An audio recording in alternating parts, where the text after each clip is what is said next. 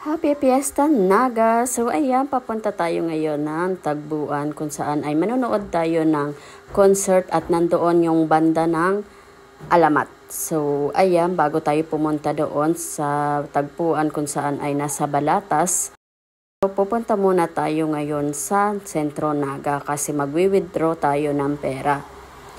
At bago yan, dahil nga traffic, so ayan, nandito tayo sa may kanto ng Basilica. Maraming panindan naman dito kung saan ay mura at magaganda. Ay nandito na tayo sa Tagpuan kung saan ay manonood tayo at ang ganda ng panahon ngayon, ang ganda ng gabi. Kaya sulitin natin yung mga ganitong panahon na tayo ay maglalabas kasi ay minsan lang tayo magkaroon ng oras para sa mga ganitong okasyon.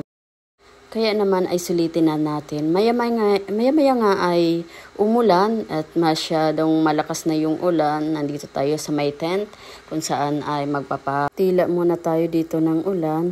At habang hinihintay natin yung pagkain ay, so ayan, nandito muna tayo sa may tent. Sobrang lakas nga ng ulan pero yung mga tao talaga hindi magpapaawat. Patuloy pa rin yung panunood ng banda ng Alamat. Well, so, kitang-kita nyo naman yung mga suporta talaga ng mga tao dito.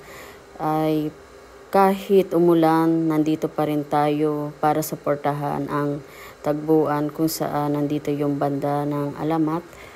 Kahit nga hindi ko masyadong kilala tong bandang ito, mapapasabi ko na lang talaga wow, amazing ang kanilang performance. Maya-maya nga ay lumabas naman itong si Jollibee at ang kanyang friends kung saan ay maghahatid ng saya sa ating lahat. Happy Fiesta Naga!